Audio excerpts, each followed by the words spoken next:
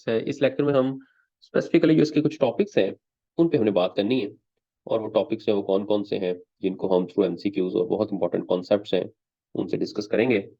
Lecture already आप ले चुके हैं, इंट्रोडक्शन का टॉपिक है, इस पे हम देखेंगे। इसके अलावा इसमें रोल ऑफ लाइट है, लाइट का रोल है। फिर इसमें जो स्पेक्ट्रम है, अब्जॉर्प्शन एंड एक्शन स्पेक्ट्रम, ये हमारे आज के टॉपिक के अंदर डिस्कशन का पार्ट होगा। इसके अलावा लास्ट पे फोटोसिंथेटिक पिगमेंट्स, ये टॉपिक हमारे इस लेक्चर के अंदर है। इसी तरह से फिर हम इसको फर्दर कंटिन्यू करेंगे और अगले लेक्चर्स के अंदर भी जो बहुत इंपॉर्टेंट कॉन्सेप्ट्स हैं उनको हम एक एक करके थ्रू एमसीक्यूज डिस्कस करेंगे। तो हम स्टार्ट करते हैं। सबसे पहला जो एमसीक्यू है ये आपके सामने है, आप आंसर करेंगे। The most abundant protein in the chloroplast is rubisco, RUBP, ATP synthase और NADP reductase। जी, हमाद ए कह रहे हैं, अरसलान ने भी ए कहा है, मुकद्दस ए कह रही है रुबिस्को। तो रुबिस्को जो है most abundant protein in the chloroplast and most abundant protein on earth as well. ये कई दफा सवाल पेपर के अंदर आया, तो रुबिस्को जो है वो करेक्ट है। अच्छा, इन चारों में से कौन सा जो है वो प्रोटीन नहीं है?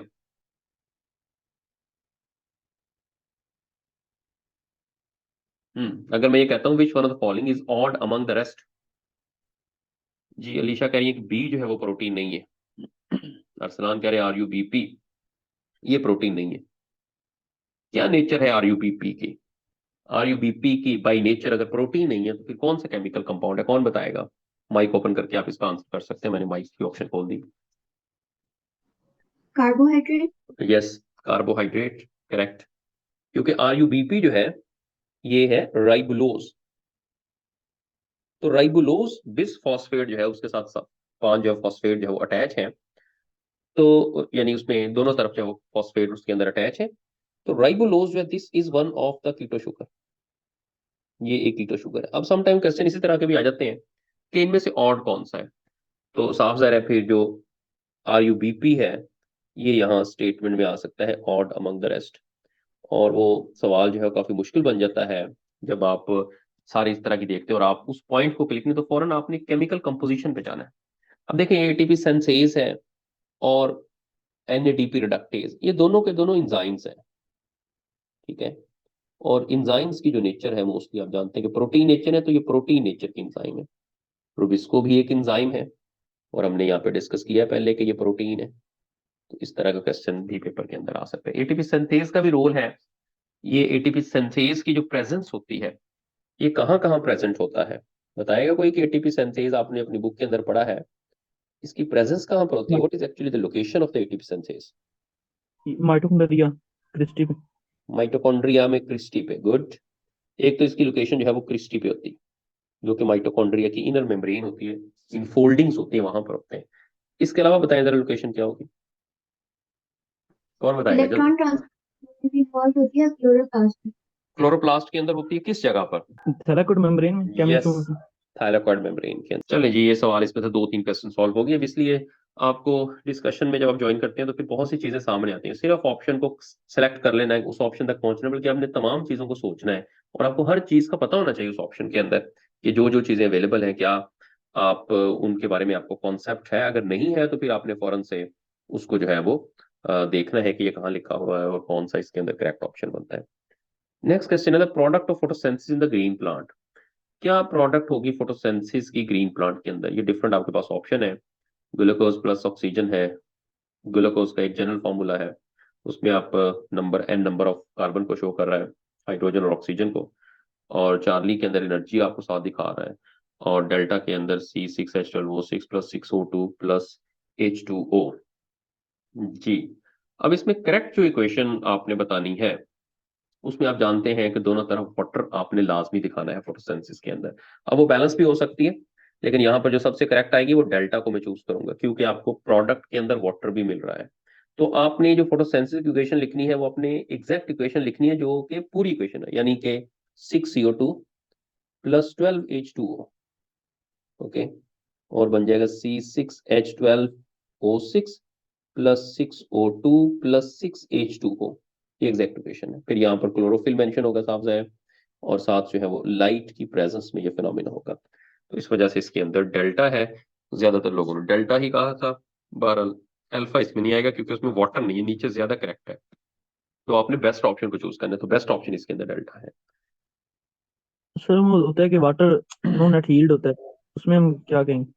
नहीं देखिए, उसमें दोनों तरफ है, प्रोडक्ट में भी है, रिएक्टेंट में भी है, लेकिन क्योंकि is a part of equation, तो इस वजह से इक्वेशन के अंदर जहां वाटर शो हो रहा है दोनों तरफ, तो वो करेक्ट हम उसको कंसीडर करेंगे। समराइज नहीं आपने इसको करना अपनी मर्जी से।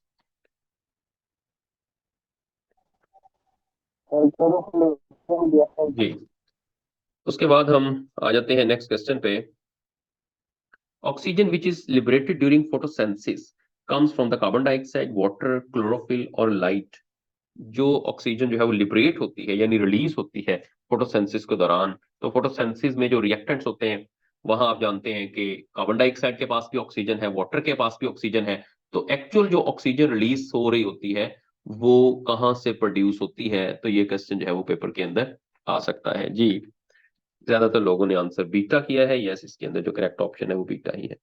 आप जानते हैं कि एक हाइपोथेसिस के अंदर इसको जो है वो डिस्क्राइब किया गया, कि इसको कंफर्म किया गया कि जो ऑक्सीजन रिलीज हो रही है वो कहाँ से रिलीज हो रही है, वो वाटर से आ रही है, कार्बन डाइऑक्साइड से नहीं आ रही। तो हम जानते हैं कि ये जो हाइपोथेसिस था जिसके अंदर इसको डिस्क्राइब किया गया 1930 के अंदर, साइंटिस्ट का नाम था वैन नाइल साइंसिस, और इसका एक हाइपोथेसिस था जिसके अंदर इसको जो है वो कहा गया कि ऑक्सीजन जो है वाटर से आती है। लेकिन उसके बाद 1940s के अंदर, यानी इसने जो हाइपोथेसिस दिया वो 30s में दिया, लेकिन जो कंफर्मेशन उसकी हुई वो 1940s में कंफर्मेशन हुई by the other scientist.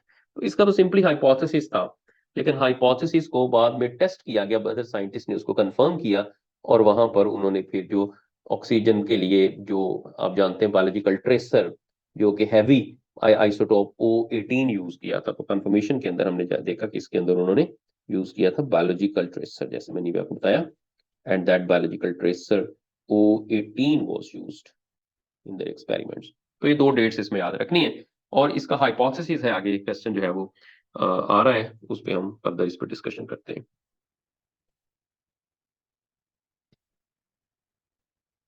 Okay ji, next question है, when Nile hypothesis about the production of oxygen during photosynthesis was based the study and investigation on bacteria, algae, spirogyra और cyanobacteria। जी, जरा करें answer, किस पे वो base कर रहा था? अरीशा ने कहा ए, हमाद ने कहा है सी, जिशान अशरफ ने भी ए कहा है, अरसलान ने भी ए कहा है, अरीन ने कहा है सी। अब इसमें दोनों के अंदर आपको कंफ्यूजन यकीनन हो रही होगी कि बैक्टीरिया का भी उसने वहां पर किसी कोई ना कोई लिंक है, और स्पायरोजाइरा पे भी है। लेकिन अब यहाँ हमने स्टेटमेंट को देखना है, स्टेटमेंट क्या शो कर रही है। तो hypothesis about the production of photosynthesis was based the study and investigation. तो इसका मतलब है कि उसने पूछा है कि वो जो हाइपोथेसिस था उसकी बेस क्या थी। तो उसकी जो बेस थी वो बैक्टीरिया थी, इस पर वो बेस कर रहा था। हाँ, उस पे जो वर्किंग है वो हम कह सकते हैं कि अदर साइंटिस्ट ने स्पायरोजाइरा पे की, लेकिन जो बेस जो थी वो बैक्टीरिया थी। बैक्टीरिया बेस कैसे थी? हम जानते हैं कि बैक्टीरिया बेस किस वजह से उसने बनाई। उसने हाइपोथेसिस की कि आप जानते हैं कि जो बैक्टीरिया फोटोसिंथेसिस करते हैं, तो बैक्टीरिया में फोटोसिंथेसिस के अंदर कार्बन डाइऑक्साइड यूज होता है और हाइड्रोजन सल्फाइड यूज होता है, और उसके रिजल्ट में इनमें शुगर बनती है, लेकिन साथ जो है वो सल्फर प्रोड्यूस होता है, ऑक्सीजन लिबरेट नहीं होती।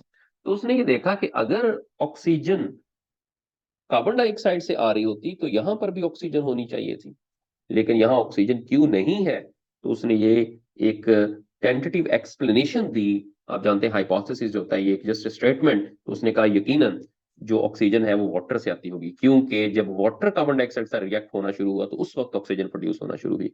तो उसका जो हाइपोथेसिस था that was actually based on the bacteria, bacteria base कर रहा था। तो ये बड़ा इंपॉर्टेंट पॉइंट है कि उसने टेस्ट तो प्लांट्स पे किया, साफ ज़ाहिर है प्लांट्स पे या उसके बाद जो वो एलजी पे डिफरेंट एक्सपेरिमेंट हुए, लेकिन base of the hypothesis was the photosynthetic bacteria. ये बात याद रखनी कि बेस क्या थी।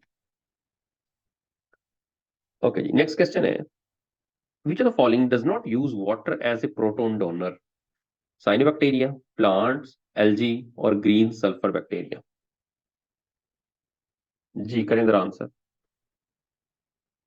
अलीशा ने डी कहा है, अरसलान ए कह रहे हैं कि प्रोटॉन डोनर के तौर पे हाइड्रोजन सल्फाइड जो है वो यूज करते हैं, वाटर यूज नहीं करते। तो इसमें क्या करेक्ट होगा? जी बाकी लोग जल्दी से जरा आंसर करें। ओके, चले मैं इसका बता देता हूँ। इसमें जो करेक्ट होगा वो ग्रीन सल्फर बैक्टीरिया होगा। Delta is correct. अब डेल्टा क्यों करेक्ट होगा? क्योंकि आप देखें कि ये जो ऊपर तीनों आपको नजर आ रहे हैं, ये तीनों में जो फोटोसेंसिस होती है उसको हम कहते हैं ऑक्सीजेनिक फोटोसेंसिस। अब ऑक्सीजेनिक फोटोसेंसिस का मतलब ये होता है कि इसमें वो यूज करते हैं वाटर को एज इलेक्ट्रॉन डोनर, और वो प्रोड्यूस जो करते हैं वो इसी वजह से ऑक्सीजन प्रोड्यूस करते हैं। लेकिन अब ग्रीन सल्फर बैक्टीरिया को ले लें या आप पर्पल सल्फर बैक्टीरिया को ले लें या आप पर्पल नॉन सल्फर बैक्टीरिया भी आ जाएं, तो ये तमाम के तमाम जो बैक्टीरिया हैं इनको हम कहते हैं फोटोसिंथेटिक बैक्टीरिया। और जो फोटोसिंथेटिक बैक्टीरिया होते हैं हम जानते हैं कि वो हाइड्रोजन सल्फाइड को यूज करते हैं और सल्फर जो है वो प्रोड्यूस करते हैं। तो ये वही बैक्टीरिया। अब सवाल यहाँ पर ये है कि साइनोबैक्टीरिया नाम उसके साथ बैक्टीरिया जरूर यूज हुआ है, लेकिन इनमें फोटोसेंसिस जो है वो प्लांट्स की तरह की होती है। फोटोसेंसिस जो वो एल्गी की तरह की होती है। इसमें फोटोसिंथेटिक पिगमेंट्स भी प्लांट्स की तरह के होते हैं। इसी वजह से आपने पढ़ा कि साइनोबैक्टीरिया के लिए हम वर्ड यूज करते हैं ब्लू ग्रीन एल्गी।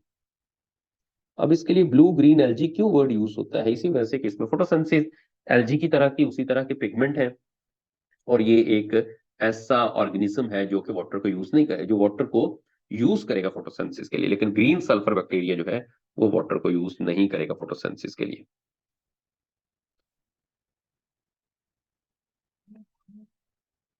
जी नेक्स्ट क्वेश्चन है, air contains dash percent of carbon dioxide?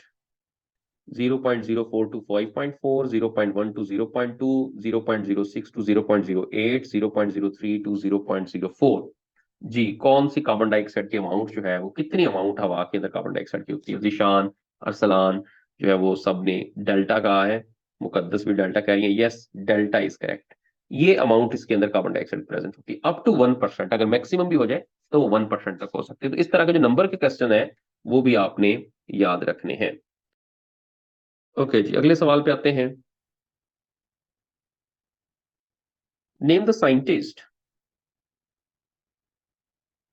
who pointed out the importance of different wavelengths of light using a green algae and aerobic bacteria। किसने different wavelengths of light की importance के बारे में बताया? जिसने green algae और aerobic bacteria को use किया। Priestley, Melvin Calvin, Hans Krebs और एंगलमैन। जी कौन सा इसमें करेक्ट है? जीशान डेल्टा कह रहे हैं, अरसलान भी डेल्टा कह रहे हैं। ये आपकी बुक से ही एक स्टेटमेंट ली गई है और इसके अंदर एक करेक्ट ऑप्शन जो है वो TW एंगलमैन है। इसने डिफरेंट जो वेवलेंथ्स की लाइट है उसकी इंपॉर्टेंस के बारे में बताया। या सिंपली हम कह सकते हैं कि इसने जो पहला एक्शन स्पेक्ट्रम था, फर्स्ट एक्शन स्पेक्ट्रम जो है वो इसने दिया। That is about in 1883। और इसने स्पेसिफिकली जो काम किया एक्शन स्पेक्ट्रम के लिए, वो काम जो है वो एक ग्रीन एल्जी पे किया। That was the spirogyra. और स्पायरोजाइरा जो है उसको डिफरेंट वेवलेंथ की लाइट दी, और उसके बाद स्पायरोजाइरा जो है उसने फोटोसेंसिस शुरू की। और फोटोसेंसिस में उसने देखा कि किस पार्ट के अंदर ज्यादा फोटोसेंसिस हो रही है, किस में कम फोटोसेंसिस हो रही है। अब उसने फोटोसेंसिस को कैसे डिटेक्ट किया कि कहां पर फोटोसेंसिस ज्यादा हो रही है, कहां पर फोटोसेंसिस कम हो रही है? तो जो डिटेक्ट किया था वो इसने एरोबिक बैक्टीरिया के जरिए किया था। ये दो तरह से सवाल आ सकते हैं। एक तो पूछा जा सकता है कि उसकी वर्किंग किस पे थी। वर्किंग उसकी एक्शन स्पेक्ट्रम में जो है वो उसने किया, जो कि स्पायरोचाइरा था ग्रीन एल्गी। लेकिन जब उसमें फोटोसेंसिस हुई तो फोटोसेंसिस के रिजल्ट में फिर वहां ऑक्सीजन यूज जो है वो प्रोड्यूस हुई। तो ऑक्सीजन जो प्रोडक्शन हुई है फिर वो कैसे डिटेक्ट की? वो एरोबिक बैक्टीरिया के जरिए डिटेक्ट की। ओके जी, नेक्स्ट क्वेश्चन पे आ जाए। फोटोसेंसिस इज ऑक्सीडेटिव, एक्सर्गोनिक और catabolic? Redox reaction endergonic and anabolic, reductive and exergonic and anabolic, और reductive and endergonic and anabolic catabolic. तो ये कुछ टर्म्स है, यहाँ आपको बताना है कि फोटोसिंथेसिस एक्चुअली कौन सा प्रोसेस है। जी, चारों ऑप्शन में से बताएं जल्दी से जरा, करेक्ट कौन सी है। जी, जिशान ने कहा है कि बीटा करेक्ट है, कासिम का आंसर भी बीटा है, अलीशा, वकार जतोई, इन्होंने भी बीटा कहा है। यस, अब इसमें दो तरह के प्रोसेस होते हैं। एक तो आप जानते हैं कि रिडॉक्स प्रोसेस है, रिडॉक्स के साथ साथ ये एंड्रोगोनिक एनाबॉलिक प्रोसेस भी है। अब ये प्रोसेस जिसके अंदर एनर्जी जो होती है वो यूज होती है, तो एंड्रोगोनिक प्रोसेस कौन सा होगा, जिसमें एनर्जी यूटिलाइज होगी। तो ये एक टर्म है, वैसे तो आपकी बुक के अंदर जो है वो एनाबॉलिक रिडॉक्स प्रोसेस लिखा हुआ है कि रिडक्शन भी हो रही है, ऑक्सीडेशन भी हो रही है। और एनाबॉलिक जो होता है जिसके अंदर कोई कंस्ट्रक्शन, या हम इसको कंस्ट्रक्टिव प्रोसेस कहते हैं, क्योंकि इसके अंदर ग्लूकोज बन रहा है तो स्मॉलर मॉलिक्यूल कंबाइन करते लार्जर मॉलिक्यूल जो है वो बनाते हैं। तो इस वजह से तीनों टर्म बड़ी इंपॉर्टेंट है कि रिडॉक्स है, रिडक्शन और ऑक्सीडेशन हो रही है, और एंड्रोगोनिक यानी एनर्जी यूटिलाइज करता है, यूज करेगा एनर्जी, और एनाबॉलिक होगा यानी smaller molecules are combined to form the bigger molecule. Next question पे आ जाए। About dash percent of light falling on the leaf surface is absorb, 25%, 1%, 50% और 99%। इतनी लाइट जो है जो लीफ सरफेस पे आती है तो वो अब्सॉर्ब होती है।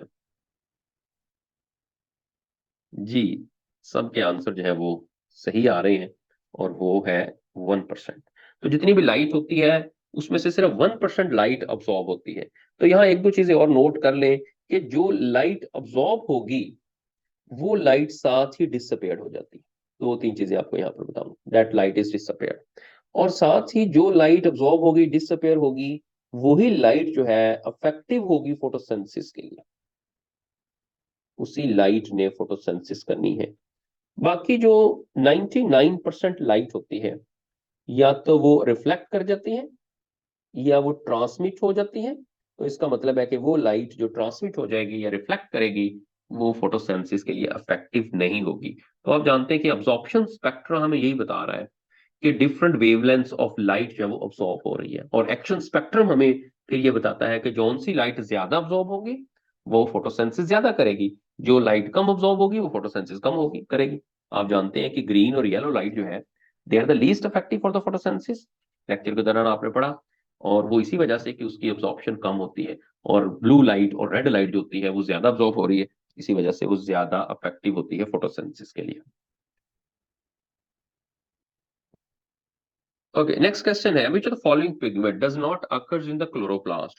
कौन सा पिगमेंट है जो क्लोरोप्लास्ट के अंदर नहीं होता, कैरेटिन, ज़ैंथोफिल, क्लोरोफिल बी, और एंथोसाइनिन। जी, डेल्टा कह रहे हैं, अरसलान भी, अरीन भी। ओके जी, बाकी लोग जल्दी से जरा बताते जाएं कि कौन सा ऐसा पिगमेंट है जो क्लोरोप्लास्ट में नहीं होगा। यस, मुकद्दस ने भी डेल्टा कहा है, और इसमें करेक्ट ऑप्शन भी डेल्टा ही है। तो याद रखना है कि जो एंथोसाइनिन होता है ये वैक्यूल के अंदर प्रेजेंट होता है, ये क्लोरोप्लास्ट के अंदर प्रेजेंट नहीं है। तो ये भी एक पिगमेंट है, और ये आपको वैक्यूल में मिलेगा, इसकी लोकेशन आपने याद रखनी है। इसी तरह का एक और बड़ा इंपॉर्टेंट क्वेश्चन है, which pigment is the water soluble. कौन सा जो वाटर सॉल्युबल है, क्लोरोफिल है, कैरोटीन है, एंथोसाइनिन है, या ज़ैंथोफिल्स है। तो दो तरह के पिगमेंट होते हैं, वाटर सॉल्युबल पिगमेंट है, इसी तरह से लिपिड सॉल्युबल पिगमेंट है। तो दोनों में आपने डिफरेंस बताना है जी। और जो एंथोसाइनिन होता है वो हमें जो पिगमेंट मिलता है वो वाटर सॉल्युबल पिगमेंट मिलता है। बस इसके अंदर जो क्वेश्चन है वो यही आ सकता है, जो कि यहाँ पर मैंने आपको बताया है कि आपने याद रखना है कि एंथोसाइनिन जो है ये वाटर सॉल्युबल है, और बाकी सारे के सारे जो है आपको लिपिड सॉल्युबल पिगमेंट मिलते हैं, ये वाटर इनसॉल्युबल इनको हम कहते हैं। ओके जी, नेक्स्ट है, chlorophyll is present in the grana of the chloroplast, on the surface of the chloroplast, dispersed throughout the chloroplast, in the stroma of the chloroplast। कहां पर प्रेजेंट होता है क्लोरोफिल। जी, alpha Qasim ने कहा है, हमाद ने कहा है बी, बिस्मा ने भी कहा है बी, अरसलान ने कहा है ए, नूरुल हुदा आगे नहीं लगता है, लेक्चर में भी इनकी क्लास ज्वाइन नहीं हो रही थी, अभी हो चुकी है। सम टाइम प्रॉब्लम आ जाता है आप लोगों के एंड पे। अरीन ने, अलीशा ने ए कहा है, जो करेक्ट ऑप्शन है वो अल्फा ही है, in the grana of the chloroplast. Thylakoids होते हैं वो क्लोरोप्लास्ट की ग्रेना के अंदर, या हम यहाँ पर थाइलाकॉइड्स भी लिख सकते हैं अगर ज्यादा करेक्ट आ जाता, तो फिर thylakoid membrane, chlorophyll thylakoid membrane के अंदर होते हैं, सरफेस ऑफ क्लोरोप्लास्ट नहीं होंगे, ना ही क्लोरोप्लास्ट के अंदर डिस्पर्स्ड होंगे, ना उसके स्ट्रोमा के अंदर होंगे। तो ये थाइलाकॉइड मेम्ब्रेन जो कि सैक लाइक स्ट्रक्चर होते हैं, या जब थाइलाकॉइड जो there piled over each other 50 और more, when there piled over each other, तो वो यहाँ पर आपको ग्रेना जो है वो उसकी फॉर्म में मिलते हैं। ओके, नेक्स्ट क्वेश्चन है, chlorophyll consist of a head of phytol and tail of 4 pyrrole ring, a head of linked carbon and tail of 4 pyrrole ring, a head of 4 pyrrole rings and tail of linked nitrogen, a head of 4 pyrrole ring and phytol tail। कौन सा correct है chlorophyll के लिए? जी, delta answer आ रहा है। जिशान ने, कासिम ने, अलीशा ने, अरीन, तमाम लोग जो है, हमाद ने भी डेल्टा कह दिया है। बिल्कुल सही पहुंचे आप, इसमें जो करेक्ट ऑप्शन है वो डेल्टा ही है। हेड में 4 पायरो रिंग होते हैं और टेल जो है वो उसको फाइटोल हम कहते हैं। ये बड़ा इंपॉर्टेंट है क्वेश्चन, यहाँ पर सवाल हेड और टेल में से पूछे जा सकते हैं। हेड जो है वो हम देखते हैं कि हाइड्रोफिलिक होता है, हाइड्रोफिलिक, ठीक है, या हम पोलर भी कह सकते हैं, हेड इज पोलर। इसके अलावा हेड जो है वो सरफेस पे होता है थैलाकॉइड की, surface of the thylakoid. Head में सेंट्रल एटम मैग्नीशियम भी होता है। हेड जो है लाइट अब्सॉर्ब करता है। सारी की सारी करेक्टरिस्टिक्स हेड के लिए। इसी तरह से टेल की करेक्टरिस्टिक्स भी आपको आनी चाहिए। टेल जो है that is embedded in the thylakoid membrane, ये थैलाकॉइड मेम्ब्रेन के अंदर एम्बेडेड होती है, हाइड्रोफोबिक है, ठीक है, और इसके साथ नॉन पोलर हम इसको कह सकते हैं। और ये अटैचमेंट देती है, जो एम्बेडेड की हम बात कर रहे हैं, तो अगर हम पूछा जाए कि ये क्लोरोफिल को थाइलाकॉइड मेम्ब्रेन के साथ अटैच करवाने का काम करती है। लाइट अब्जॉर्प्शन इसके अंदर नहीं होगी, लाइट अब्जॉर्प्शन सिर्फ और सिर्फ हेड के अंदर होगी। और ये हाइड्रोकार्बन से बनी हुई है, हाइड्रोकार्बन। तो आप जानते हैं कि C20H39 जो है वो इसका फॉर्मूला आपको मिलता है। तो ये बड़े इंपॉर्टेंट क्वेश्चंस हैं जो कि हेड और टेल जो है उसमें से आ सकते हैं। तो इसमें डेल्टा जो है वो करेक्ट है। Location of the phytol tail of chlorophyll B is, chlorophyll B की जो फाइटोल टेल है उसकी क्या लोकेशन होगी? स्ट्रोमा है, थैलाकॉइड सरफेस है, थैलाकॉइड मेम्ब्रेन है, थैलाकॉइड ल्यूमन है। ये तीन चार चीजें इसके अंदर आ गई हैं। इनमें आपने डिफरेंशिएट करने के एक्चुअल उसकी पोजीशन जो है वो कहां पर होती है। जिशान ने, वकार ने सी कहा, अरसलान ने बी कहा है, नूरुल हुदा ने सी कह दिया है। जी, इसमें जो करेक्ट है, कासिम ने, अरीन ने, अलीशा ने डी कहा है। डी नहीं होगा अलीशा, और बी भी नहीं होगा, अरसलान ने मेरा बी कहा था। इसमें सी करेक्ट है, थैलाकॉइड मेम्ब्रेन। जैसे मैंने कहा कि embedded in the thylakoid membrane, तो थैलाकॉइड मेम्ब्रेन के अंदर एम्बेडेड है, सरफेस पे नहीं है। जो सरफेस पे होगा वो हेड होगा, मैंने ऊपर इसी वजह से पहले लिख दिया। ये लाइट को अब्सॉर्ब करता है, तो ये उसके एंकरिंग का काम करती है। मैंने जैसे अटैचमेंट वर्ड यूज किया है, इसी तरह से ये वर्ड भी आ सकता है।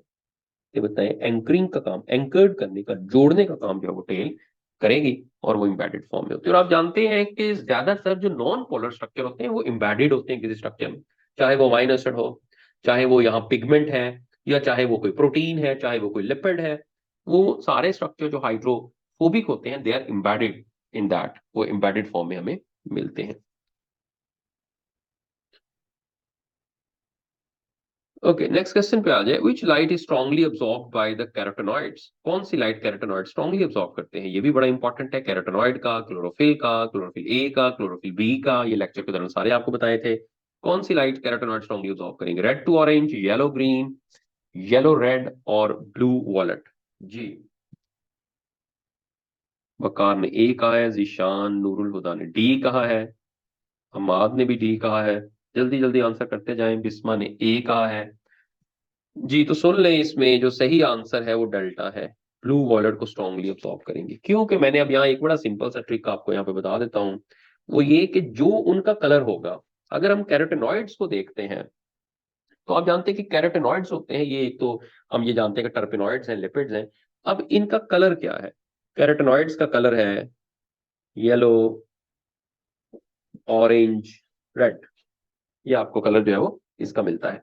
तो इसका मतलब है कि जो इनका कलर है, ये इनका कलर है, तो ये वाली लाइट जो है वो उन्होंने अब्सॉर्ब नहीं करनी। तो जो उसका कलर होगा वो ये लाइट अब्सॉर्ब नहीं करेंगे, इसके अलावा वो लाइट अब्सॉर्ब करेंगे। तो इसका ग्राफ जब आता है, आपने देखा कि ऐसे ऊपर को जाके और फिर नीचे से आ जाता है। तो जो ब्लू वॉलेट कलर होता है वो ये मैक्सिमम अब्सॉर्ब करते हैं, स्ट्रांगली अब्सॉर्ब करते हैं, लेकिन उसके बाद, और इनमें आप जानते हैं एक ही तरफ पीक होती है, क्लोरोफिल ए और बी के दोनों तरफ पीक है, तो उधर वाला भी स्पेक्ट्रम अब्सॉर्ब कर लेते हैं, इधर वाला स्पेक्ट्रम भी अब्सॉर्ब कर, यानी रेड वाला भी और ब्लू वाला भी, लेकिन ये सिर्फ ब्लू वाली साइड पे पीक देते हैं। और ये उस ग्राफ के जरिए जो हमने पढ़ा था अब्सॉर्प्शन स्पेक्ट्रम का, वहां से भी आप इसको असेस कर सकते हैं।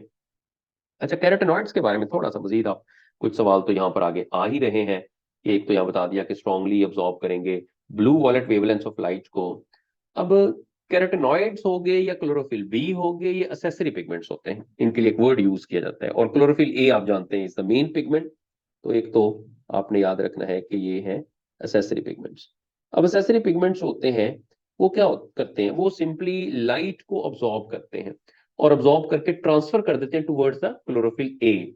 और जब वो क्लोरोफिल ए के पास पहुंचते हैं, वहां फिर वो लाइट रिएक्शन होता है, और जिसके रिजल्ट में जो लाइट एनर्जी है उसको केमिकल एनर्जी के अंदर कन्वर्ट कर दिया जाता है। तो इसका मतलब है कि इनका काम सिर्फ एनर्जी को ट्रांसफर करना है। मिसाल के तौर पर आपने एक सीक्वेंस पढ़ा हुआ है कि अगर कैरोटेनॉइड जो है वो लाइट को लेते हैं, इनके पास लाइट आती है, तो ये कैरोटेनॉइड सबसे पहले लाइट को क्लोरोफिल बी को ट्रांसफर करते हैं, ये सीक्वेंस है।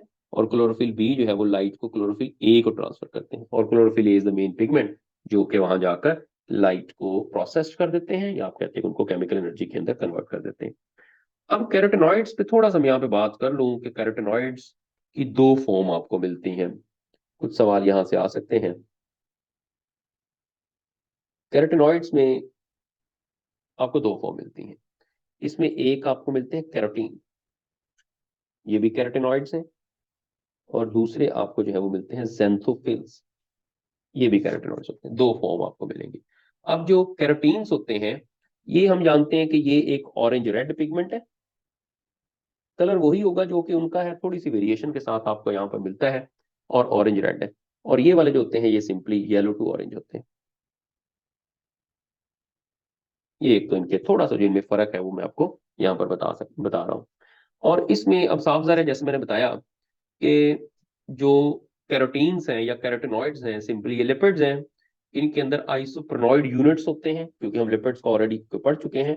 अच्छा, आइसोप्रोनॉइड यूनिट से मिलकर बनते हैं जो कि कैरोटीन्स होते हैं। और अगर हम ज़ैंथोफिल्स की बात करें, तो इसमें भी एक पॉइंट अगर आपसे पूछ लिया जाए, क्योंकि हम थोड़ा सा इनके अंदर दोनों के अंदर डिफरेंस जो है वो देख रहे हैं, तो कैरोटेनॉइड्स को हम कहते हैं कि these are the oxygen containing derivatives of carotene. ये इसके ऑक्सीजन कंटेनिंग डेरिवेटिव्स हैं। और जो सबसे ज्यादा इंपॉर्टेंट फॉर्म होती है कैरोटीन की, that is the beta carotene. ये भी एक सवाल आ सकता है, सबसे कॉमन फॉर्म जो है वो कौन सी है, वो हमें बीटा कैरोटीन मिलती है। और ये जितने भी फोटोसिंथेटिक यूकेरियोट्स हैं उनके अंदर जो है वो प्रेजेंट होती है। अब अगर हम आ जाए ज़ैंथोफिल पे, सो ज़ैंथोफिल के अंदर दो बहुत इंपॉर्टेंट जो ज़ैंथोफिल्स होते हैं जो कि मुख्तलिफ प्लांट्स के अंदर मिलते हैं, वो कौन कौन से हैं, वो भी सवाल आ सकता है। एक इसमें ल्यूटिन है, और एक इसके अंदर नाम है जियाज़ैंथिन। ये दोनों के दोनों ज़ैंथोफिल्स है होते हैं। और ये कहाँ पर हमें मिलते हैं दोनों, अगर आप दोनों को देख ली, क्योंकि ये करेक्टर जो है वो इसमें पूछी जा सकती हैं। ये हमारे पास जो ग्रीन लीफी वेजिटेबल्स होती हैं उनके अंदर भी हमें मिलते हैं, लीफी वेजिटेबल्स के अंदर। और बहुत से अदर फूड्स जैसा कि एग जो है उसके अंदर भी हमें यहाँ पर मिलते हैं। और ल्यूटिन की स्पेसिफिकली अगर हम एक इंपॉर्टेंस देखें, तो अगर पूछा जाए कि जो येलिंग ऑफ लीफ होती है, आप जानते हैं कि ऑटम के अंदर लीव्स जो है वो येलो होते हैं, वो आपको स्पेसिफिकली जो है वो ल्यूटिन की वजह से लीफ येलो मिलती है, ल्यूटिन, ये बहुत इंपॉर्टेंट है। और जेंथोफिल जो होते हैं वो ब्राउन एल्गी के अंदर भी होते हैं। अगर ब्राउन एल्गी के अंदर जेंथोफिल प्रेजेंट हो, ये भी एक सवाल पेपर में आ सकता है। ब्राउन एल्गी में इसका नाम जो है वो है फ्यूकोजेंथिन। ये स्पेसिफिक फॉर्म है जेंथोफिल की जो ब्राउन एल्गी के अंदर प्रेजेंट होती है। तो ये सवाल कुछ अगर आउट ऑफ द वे जाके वो पूछता है, तो ये लाजमी आपने साथ प्रिपेयर कर लेने हैं। ओके, नेक्स्ट क्वेश्चन आ गया है जी। Location of photosynthetic pigment in the purple sulphur bacteria is the stroma, thylakoid, grana, cytoplasm. कहां पर प्रेजेंट होता है पर्पल सल्फर बैक्टीरिया के अंदर जो फोटोसिंथेटिक पिगमेंट्स हैं? जी जरा आंसर करें। अरसलान, जिशान, डेल्टा कह रहे हैं दोनों के साइटोप्लाज्म के अंदर। बिस्मा ने भी डेल्टा कहा है। जी जिशान, अशरफ सर, आज मुझे आप माइक ओपन करके बताएंगे कि आपने क्यों डेल्टा को चूज किया है ग्रीन सल्फर बैक्टीरिया में फोटोसिंथेटिक पिगमेंट जो है, why not in the thylakoid और द ग्रेना और द स्ट्रोमा? माइक ओपन कर ले, ऑप्शन ओपन मैंने कर दिया आपके लिए। जी बता दें, कोई इशू नहीं, अगर गलत भी हो गया तो कोई मसला नहीं। डेल्टा आपने चूज किया कि साइटोप्लाज्म में क्यों present, what is the reason? क्या है ऐसा पर्पल सल्फर बैक्टीरिया के अंदर कि उसके अंदर फोटोसिंथेटिक पिगमेंट जो है वो साइटोप्लाज्म में होगी? सर सर क्योंकि वो जो होता है प्रोकैरियोटिक सेल होता है बैक्टीरिया का, इसी वजह से। ओके गुड, सही कहा है कि जो बैक्टीरिया है, bacteria green sulphur purple sulphur मतलब फोटोसिंथेटिक बैक्टीरिया, इनके अंदर फोटोसिंथेटिक पिगमेंट प्रेजेंट होते हैं क्योंकि ये प्रोकैरियोटिक सेल है। तो आप जानते हैं कि प्रोकैरियोटिक सेल के अंदर आपको ऑर्गेनल्स नहीं मिलेंगी, नो मेम्ब्रेनस ऑर्गेनल। तो उसके अंदर हम ये नहीं कह सकते कि स्ट्रोमा, थाइलाकॉइड, ग्रेना, क्लोरोप्लास्ट उसमें नहीं है। तो उसमें क्योंकि ऑर्गेनल नहीं है, जिसकी वजह से उसके जो फोटोसिंथेटिक पिगमेंट्स होते हैं वो साइटोप्लाज्म के अंदर प्रेजेंट होते हैं, क्लोरोप्लास्ट नहीं है, न्यूक्लियस एब्सेंट है। यस, आप सब सही कह रहे हैं। तो ये वजह है। तो समटाइम इस तरह का सवाल आ जाता है, तो आपने अब ये देखेंगे जी हमने पर्पल सल्फर बैक्टीरिया में फोटोसिंथेटिक पिगमेंट कहाँ पढ़ लिए। अगर ऐसे सोचना शुरू हो गए तो फिर यकीनन आप उसके आंसर तक नहीं पहुंचेंगे। तो आप उसमें फौरन से देखें कि बैक्टीरिया की बात हो रही है, तो बैक्टीरिया एक सेल स्पेसिफिक सेल है। इसी तरह से सवाल जो है वो जब भी आता है, अगर कोई ऑर्गेनिज्म का नाम लिख दिया जाता है, जैसे कभी कोई यीस्ट लिख दिया जाता है, अमीबा लिख दिया जाता है, ठीक है, कोई एल्गी लिख दिया जाता है, तो अब इसका हरगिज ये मतलब नहीं होता कि जो स्पेसिफिकली उसके अंदर आपने इसको पढ़ा होगा। आपने ओवरऑल देख रहे हैं कि वो सेल टाइप कौन सी है। तो सेल टाइप या वो प्रोकैरियोटिक होंगे या वो यूकैरियोटिक होंगे, या वो यूनिसेलुलर होंगे या वो मल्टीसेलुलर होंगे। तो इस तरह से करके आपने उसको सॉल्व करना है, तो आप इजीली उसके आंसर तक पहुंच जाएंगे। जी नेक्स्ट क्वेश्चन पे आ जाए। Which colour of the light gives maximum absorption by the chlorophyll A? Blue light, green light, wallet light और रेड लाइट? किसमें वो मैक्सिमम अब्जॉर्प्शन जो है वो क्लोरोफिल ए जो है वो देगा? अरसलान, बिस्मत, डेल्टा कह रही है कि रेड लाइट। अब यहाँ एक बात याद रखनी है कि हम स्पेसिफिकली किसी कंडीशन की बात नहीं कर रहे, हम ओवरऑल एक वाइल्ड इन्वायरमेंट की बात कर रहे हैं कि कौन सा जो कलर है वो क्लोरोफिल ए जो है उसमें मैक्सिमम अब्जॉर्प्शन देगा। जी अरीन, मुकद्दस, डेल्टा कह रहे हैं। ओके जी, कोई और आंसर? यस, तो जिसमें मैक्सिमम अब्जॉर्प्शन है वो रेड लाइट के अंदर ही आएगी। क्योंकि आप देखें इसका अपना अगर हम कलर देखें तो क्लोरोफिल ए जो होते हैं वो ब्लू ग्रीन कलर होते हैं। तो ब्लू ग्रीन जो है वो उसका अपना कलर है। तो मैंने बताया था कि जौन सा कलर होगा वो लाइट जो है वो कम अब्जॉर्ब करेंगे। और जो अदर पार्ट स्पेक्ट्रम है वो है रेड लाइट, जहां पर वो मैक्सिमम अब्जॉर्प्शन जो है वो देंगे। Delta is correct. जी उसके बाद है which following chlorophyll is lack of phytol tail? अच्छा, ये भी एक कॉन्सेप्ट है, आपने याद रखना है। जस्ट ये एमसीक्यू ही आपने याद रख लेना है कि किसके अंदर फाइटोल टेल नहीं होती। Chlorophyll A, B, C, D, सी। बिस्मा ने कहा है, हमाद ने कहा है। अच्छा देखिए, इसमें बड़ा सिंपल सा है। आपने बुक में तो दो ए भी लिखा हुआ है, बी भी लिखा हुआ है, ठीक है। तो इसके अंदर एग्जैक्टली जो करेक्ट ऑप्शन वो है वो सी ही है। सही लग गया आपका तुक्का। जो क्लोरोफिल सी होता है उसके अंदर सिर्फ हेड होता है, उसमें टेल नहीं होता, ठीक है। लेकिन क्लोरोफिल ए में, बी में, डी में, तीनों के अंदर हेड एंड टेल प्रेजेंट होती है, ठीक है। तो समटाइम होता है ऐसा सवाल आ जाए, लेकिन अब आपने याद कर लेना है। तुक्का तो भी आपने लगा दिया क्योंकि अभी आप लर्निंग फेज के अंदर हैं। सो अभी आपने लर्न कर लेना है कि सी जो होता है उसमें फाइटोल टेल नहीं होती, ए, बी एंड डी के अंदर जो है वो होती है। चले जी नेक्स्ट पे आ जाए। Which of the following statement is correct for the chlorophyll A? Chlorophyll A के लिए करेक्ट स्टेटमेंट कौन सी है? Having carbonyl as the functional group, it's colour is yellow green, found in all photosynthetic organism except the bacteria, all are correct for the chlorophyll A? जी बताएं जरा कौन सा करेक्ट है। हमाद वकार सी कह रहे हैं, वकार ने डी कहा है, नूरुल हुदा सी कह रही है, अलीशा मुकद्दस सी, यस अरसलान ने भी सी कह दिया। तो इसमें करेक्ट है वो सी ही है, this is correct for the chlorophyll A. ये जो तमाम फोटोसिंथेटिक ऑर्गेनिज्म में होता है सवाए बैक्टीरिया के।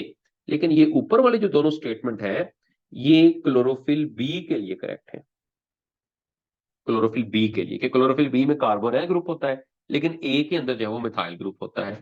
Yellow green colour chlorophyll B का है, क्लोरोफिल ए का कलर जो है वो ब्लू ग्रीन होता है। अब अगर हम प्रेजेंस की बात करें तो साफ मैंने जैसे यहाँ पे करेक्ट स्टेटमेंट है वो ये है कि जितने भी फोटोसिंथेटिक ऑर्गेनिज्म है सब में ही प्रेजेंट होता है सवाए फोटोसिंथेटिक बैक्टीरिया के। लेकिन जो क्लोरोफिल बी होता है वो क्लोरोफिल ए के साथ तमाम ग्रीन प्लांट्स में और ग्रीन एल्जी के अंदर प्रेजेंट होता है। ये याद रखने, बी के लिए वो ग्रीन प्लांट्स और ग्रीन एल्जी के अंदर आपको मिलता है। ओके जी, उसके बाद आखिरी क्वेश्चन आ गया इसमें, विच of the following is not a function of carotenoids, protect the chlorophyll, protect the human eyes, convert the light energy into the chemical energy and transfer the energy. तो कौन सा इसमें कैरोटेनॉइड जो है उसका फंक्शन नहीं है? जी सी जो है वो सब लोग कह रहे हैं। तो इसमें करेक्ट आंसर सी ही है कि लाइट एनर्जी को केमिकल एनर्जी में ये कन्वर्ट नहीं करते। लाइट एनर्जी को केमिकल एनर्जी में कन्वर्ट करने का काम क्लोरोफिल ए का होता है।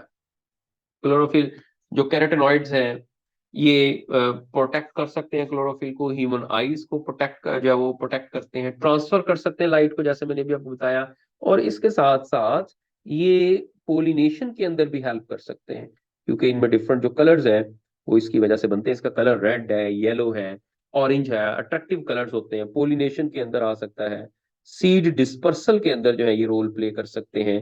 तो ये इस तरह के फंक्शन आपको कैरोटेनॉइड्स के मिलेंगे, लेकिन लाइट की कन्वर्जन जो है वो क्लोरोफिल ए करेगा।